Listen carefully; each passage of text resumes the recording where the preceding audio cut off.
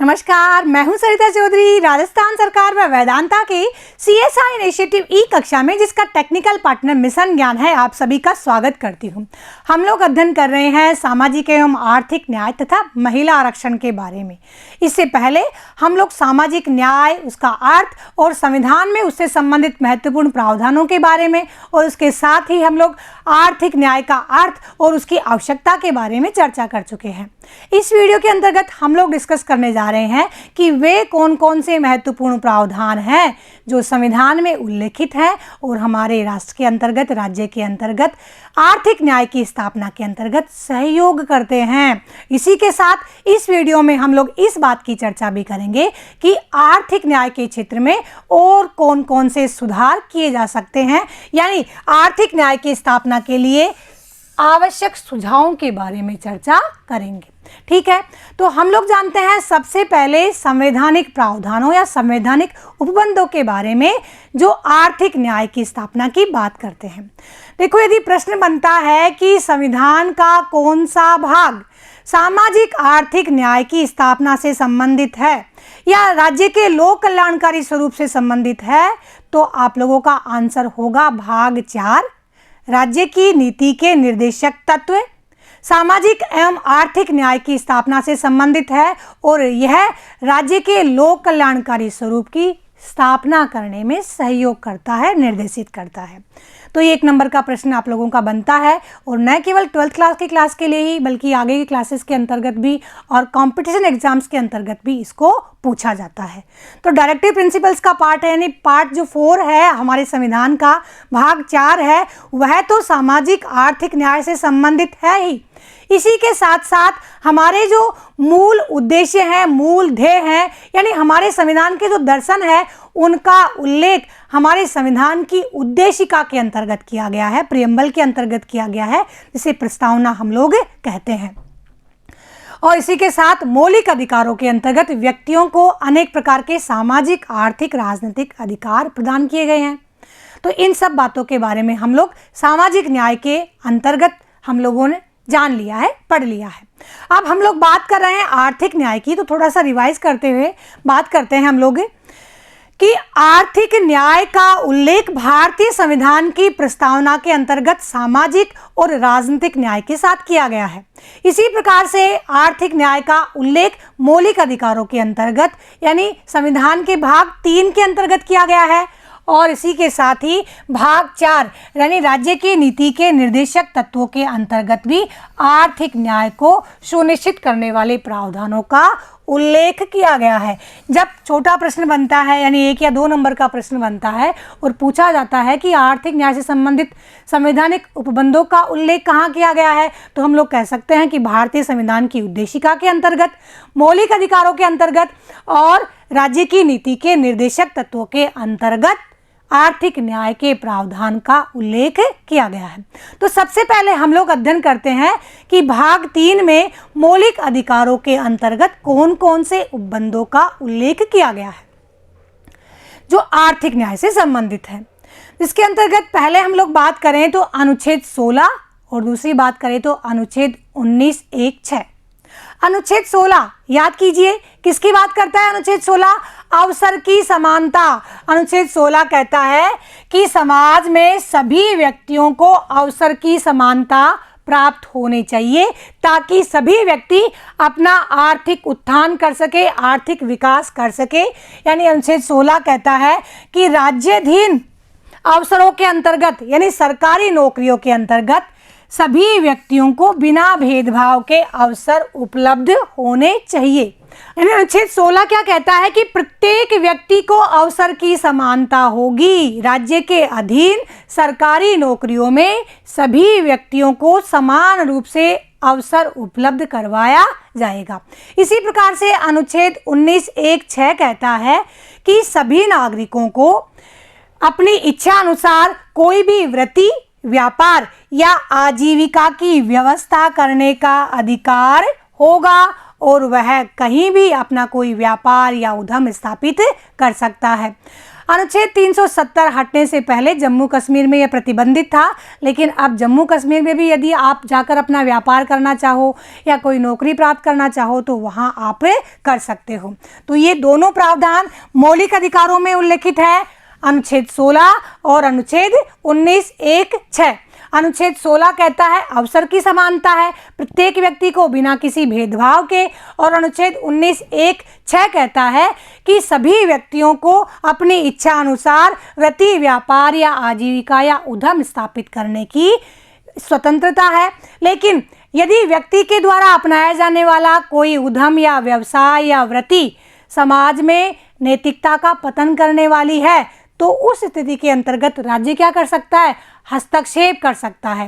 यदि वह समाज के विरुद्ध गतिविधियों में संलिप्त हो जाता है तो उस स्थिति के अंतर्गत भी राज्य हस्तक्षेप कर सकता है।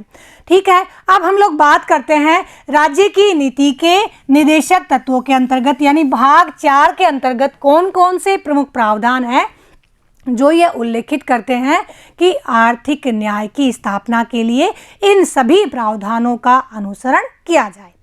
अनुच्छेद 36 से लेकर 51 तक राज्य की नीति के निर्देशक तत्वों का उल्लेख किया गया है। इसके अंतर्गत आर्थिक न्याय से संबंधित महत्वपूर्ण अनुच्छेद है अनुच्छेद 39।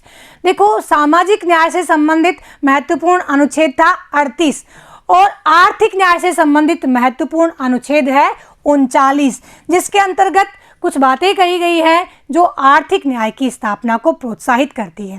इसके अंतर्गत पहली बात कही गई है कि स्त्री और पुरुष सभी नागरिकों को समान जीविका के साधन उपलब्ध करवाए जाएं। किन्हें? स्त्री और पुरुष को बिना किसी भेदभाव के समान जीविका, अपनी जीविका निर्वहन करने के लिए पर्याप्त साधन उपलब्ध करवाए जाएं।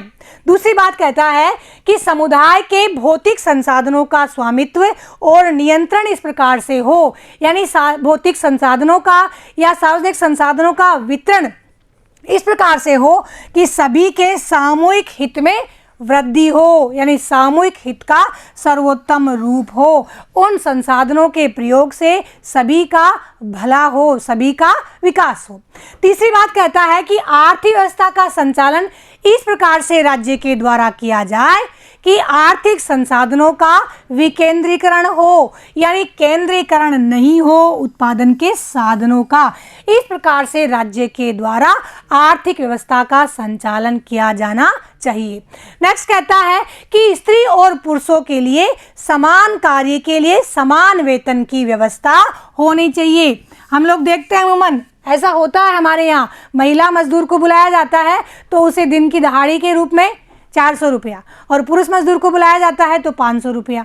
अब ये क्या है? ये गलत बात है, जबकि जो कानून है, व्यवस्थाएं हैं, वह इसे प्रतिबंधित करती हैं। जैसे कि कहा गया है कि पुरुषों और स्त्रियों के लिए समान कार्य के लिए समान वेतन की व्यवस्था होनी चाहिए। नेक्स्ट है स्त्री पुरुष कर्मकारों के स्वास्थ्य और शक्ति और बालकों की सुकुमार अवस्था का दुरुपयोग नहीं हो, यानी स्त्री पुरुष कर्मकार और बालक कहीं जोखिमपूर्ण स्थितियों के अंतर्गत कार्य तो नहीं कर रहे, यह सब राज्य देखेगा। राज्य को इस रूप में निर्देशित किया गया है।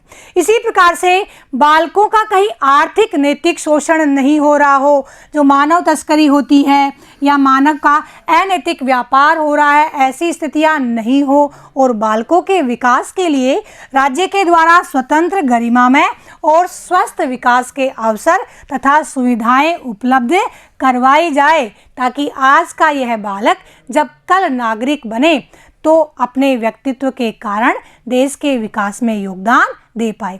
इसका व्यक्तित्व सबल कब होएगा? जब वह बाल्य अवस्था में अच्छे संपोषण का और अच्छे विकास की सुविधाओं का उपभोग करेगा, उपयोग करेगा। तो इन सभी प्रावधानों का उल्लेख अनुच्छेद 39 के अंतर्गत किया गया है, जो आर्थिक न्याय की स्थापना के अंतर्गत सहयोग देते हैं। इसी प्रकार से महत्वपूर्ण अनुच्छेद है आर्थिक न्याय की स्थापना से संबंधित, वह है 39 क। 39 क के अंतर्गत उपबंधित किया गया है कि समान न्याय और निःशुल्क विधिक सहायता। राज्य को निर्देशित किया गया है कि राज्य यह देखे या यह सुनिश्चित करे कि कहीं कोई व्यक्ति अपनी निर्धनता या विपन्नता के कारण न्याय की पहुंच से दूर तो नहीं हो रहा है, और यदि ऐसा हो रहा है तो राज्य सुनिश्चित करके उसे निःशुल्क विधिक सहायता उपलब्ध करवाए और सभी के लिए न्याय की व्यवस्था समान हो, ऐसी व्यवस्थाएं स्थापित करे। कौन? राज्य स्थापित करे। अब निःशुल्क विधिक सहायता के अंतर्गत क्या आएगा कि कोई भी निर्धन व्यक्ति है कि कोई वह वकील नहीं कर सकता, तो उसे निःशुल्क वकील उपलब्ध करवाया जाएगा या कोई कानूनी सहायता उपलब्ध करवाई जाएगी। यह कहता है अनुच्छेद 39 का। तो अनुच्छेद जो 39 है वह आर्थिक न्याय की स्थापना से संबंधित महत्वपूर्ण अनुच्छेद है, और इस रूप में भी महत्वपूर्ण है कि इस अनुच्छेद की स्थापना के लिए मौलिक अधिकारों में भी कटौती की जा सकती है। बहुत इंपॉर्टेंट प्रश्न बनता है बच्चों, पूछा जाता है बहुत बार।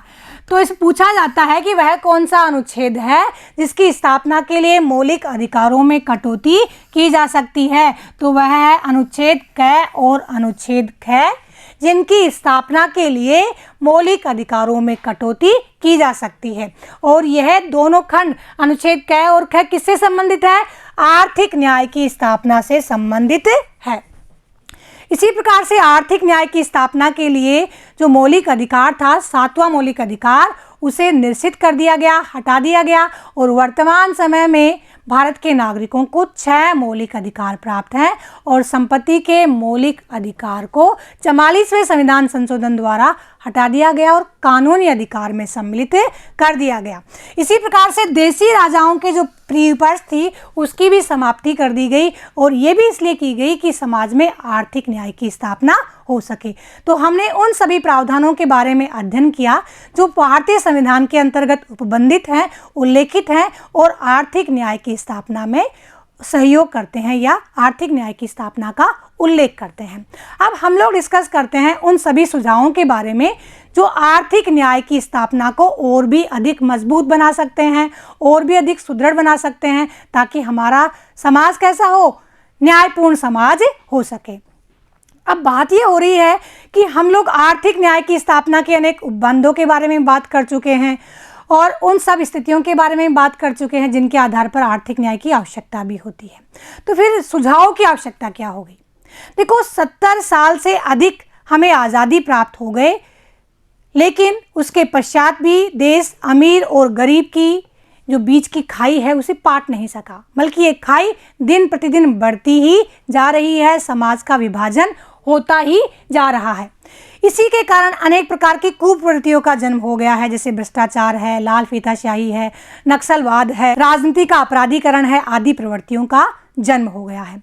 इसी के साथ ही इन सभी चीज़ों ने इस प्रकार से समाज में विभाजन कर दिया है जो राष्ट्र की एकता और अखंडता के सामने क्या है? चुनौती प्रस्तुत करते हैं। तो इस प्रकार से कहा जा सकता है कि हमारे समाज में आर्थिक न्याय की स्थापना के लिए और अधिक प्रयास किए जाने की आवश्यकता है। तो हम लोग उन्हीं के बारे में चर्चा करते हैं। सबसे पहले देखो, आर्थिक विषमता को दूर किया जाए।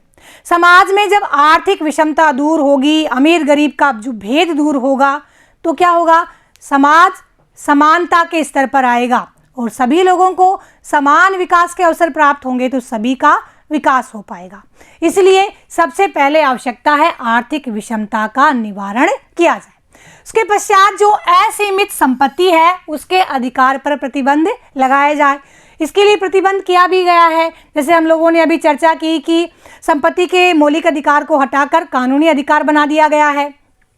इसी प्रकार से टैक्स वगैरह लगाए जाते हैं, तो उनसे भी ये व्यवस्था की जाती है। तो ये सारी व्यवस्थाएं और अधिक निश्चित रूप में की जानी चाहिए ताकि असीमित संपत्ति के अधिकार पर प्रतिबंध हो सके। इसी प्रकार से प्रत्येक व्यक्ति को जब रोजगार की उपलब्धता होगी, प्रत्येक व्यक्ति के सामने आर्थिक संसाधनों की उपलब्धता होगी, तब भी आर्थिक सुरक्षा सुनिश्चित हो पाएगी। और जो सार्वजनिक धन है उसका वितरण समुचित किया जाना चाहिए ताकि उसका सर्वोत्तम उपयोग हो सके और समाज का विकास हो सके। इसके लिए गरीबों के कल्याण के लिए नवीन योजनाएं बनानी चाहिए और न केवल योजनाएं बनानी चाहिए बल्कि उनकी सफल क्रियान्विति भी करनी चाहिए। जो वास्तव में गरीब है, जो वास्तव में वंचित है, जो वास्तव में जिसको आवश्यकता है, उस व्यक्ति तक इन योजनाओं का लाभ नहीं पहुंच पाता। तो आवश्यकता क्या है? इन योजनाओं के निर्माण की नहीं, इनकी सफल क्रियान्विति की भी है। जैसे मनरेगा है, प्रत्येक व्यक्ति तक रोजगार पहुंचाने के लिए व्यवस्था की गई है, उससे संबंधित अधिनियम है। लेकिन होता क्या है, बहुत सारे ऐसे लोग लिस्टेड होते हैं जो कहीं मजदूरी करने ही नहीं आते और उनके नाम से पैसा उठा लिया जाता है। तो वास्तव में गरीबों का कल्याण हो पा रहा है क्या? नहीं हो पा रहा। तो इन नवीन योजनाओं का निर्माण कर उनकी सफल क्रियान्विति भी की जानी चाहिए। राज्य को प्रभावशाली कर प्रणाली को आरोपित करना चाहिए ताकि सभी व्यक्तियों के धन पर कर लग सके और उस कर से राज्य का विकास हो सके, गरीबों का भला हो सके, समाज का कल्याण हो सके। और जो आरक्षण की व्यवस्था की गई है जातीय आधार पर, उसे किस आधार पर कर देना चाहिए? आर्थिक आधार पर कर देना चाहिए, क्योंकि जातीय आधार पर आर्थिक न्याय स्पष्ट नहीं होता। क्योंकि कई बार हम लोग देखते हैं कि जिन जातियों को, जिन वर्गों को आरक्षण मिला हुआ है, उसमें यदि एक परिवार सक्षम हो जाता है तो उसके पश्चात उसके द्वारा प्रदान की जाने वाली सुविधाओं को प्राप्त करके उसका परिवार तो आगे बढ़ जाता है, लेकिन उसी का भाई जो उसी जाति का है वह सुविधाओं को प्राप्त नहीं कर पा रहा, तो वह क्या कर पा रहा है? पिछड़ जाता है। तो इसलिए आरक्षण किस आधार पर होना चाहिए? जातीय आधार पर नहीं होकर आर्थिक आधार पर होना चाहिए, ताकि आर्थिक न्याय की स्थापना हो सके। अब इन सभी सुझावों का उल्लेख आप कर सकते हैं। अब आवश्यक नहीं कि इन्हीं सभी सुझावों का उल्लेख करें। यदि आप कोई और सुझाव सोचते हैं, समझते हैं, विचार करते हैं, तो उनका उल्लेख भी आप लोग कर सकते हैं। इस प्रकार से बच्चों, हम लोगों ने देखा कि भारत की जो विकास दर है वह विश्व के अनेक विकासशील देशों के मुकाबले काफ़ी ज़्यादा है। बात की जाए वित्तीय वर्ष 2015-16 की, तो 2015-16 में भारत की जो विकास दर थी वह 7.6% थी, जबकि चीन की विकास दर 6.7% थी। यानी भारत की विकास दर चीन से काफ़ी आगे थी। और वर्तमान समय में भारत की जो आर्थिक व्यवस्था है वह काफ़ी प्रभावित हुई है कोविड-19 से। लेकिन भारत ने यह प्रूव किया है कि जब जब भी आर्थिक संकट आए हैं, आर्थिक विपरीत स्थितियां आई है, तो भारत जल्दी स्टैंड अप हो जाता है, संभल जाता है, उनका मुकाबला कर पाता है। तो भारत जल्दी ही इस स्थिति से भी पार पा लेगा, इसका भी मुकाबला कर लेगा। तो जो भारत की विकास दर निरंतर बढ़ रही है, लेकिन इसका लाभ वास्तव में सभी वर्गों तक, सभी व्यक्तियों तक, सभी क्षेत्रों तक नहीं पहुंच पा रहा, समान रूप से उसका लाभ नहीं हो पा रहा। तो वास्तव में विकास दर बढ़ रही है, उसका लाभ तब मिले या तब माना जाए जब सभी वर्गों का और सभी क्षेत्रों का समुचित विकास हो। जैसे हम लोग देखते हैं कि आज भी समाज में जो अमीर व्यक्ति है वह और अधिक अमीर हो रहा है और अधिक सुविधाओं का उपभोग कर रहा है, और उसका जीवन स्तर और जीवन शैली देखी जाए तो गरीब व्यक्ति से काफ़ी अंतर रखती है, और गरीब व्यक्ति और अधिक विपन्न हो रहा है और अधिक कमज़ोर हो रहा है। तो दोनों में काफ़ी अंतर है। तो स्पष्ट रूप से आर्थिक आधार पर दो वर्गों का विभाजन है। इसी प्रकार से अच्छी आर्थिक विकास दर होने के बावजूद भी इतना ही अंतर शहरों में और गाँवों में देखने को मिलता है। शहरी सुविधाएँ, शहरी जीवन शैली और शहरी साधन संपन्नता गाँवों को बेगाना कर देती है, गाँवों को मतलब ये इस स्थिति में स्पष्ट कर देती है कि बहुत ज़्यादा अंतर है, बहुत ज़्यादा विभाजन है, और ऐसा ही विभाजन डिजिटल डिवाइड ने कर दिया है। अब आज जब प्रौद्योगिकी का और तकनीकी का विकास हो रहा है, वह भी शहरों तक ही सीमित है, गाँवों तक उसकी पहुंच नहीं है। जबकि भारत देश की लगभग 65% आबादी गाँवों में निवास कर रही है, लेकिन वह कैसी स्थिति का जीवन निर्वहन कर रही है? साधन विपन्न स्थिति का जीवन निर्वहन कर रही है, जहाँ पर मूलभूत जो सुविधाएं हैं, पानी, बिजली, सड़क, आधारभूत सुविधाएं हैं, वे भी पहुंच नहीं बना पा रही है। तो इस प्रकार से उन्नत आर्थिक दर होने के पश्चात भी भारत का विभाजन स्पष्ट रूप से व्यक्तिगत रूप से देखें तो अमीर और गरीब के रूप में, और क्षेत्रीय रूप से देखें तो शहरी और ग्रामीण रूप में काफ़ी अंतर रखता है, जो किस स्थिति को दर्शाता है, आर्थिक अन्याय की स्थिति को दर्शाता है। अतः इसे धरातल पर प्राप्त करने की आवश्यकता है। आर्थिक न्याय तब स्थापित हो सकता है, तब प्राप्त किया सकता है, जो जितनी भी योजनाएं हैं, जितने भी उपबंध हैं, उनका लाभ धरातल तक पहुँचे, जो वास्तव में वांछित व्यक्ति है, योग्य व्यक्ति है, उस तक पहुँचे। इसी के साथ ही ये वाला जो टॉपिक है कंप्लीट होता है। नेक्स्ट टॉपिक के अंतर्गत हम लोग चर्चा करेंगे महिला आरक्षण की। तब तक के लिए विदा दीजिए। जय हिंद, जय भारत।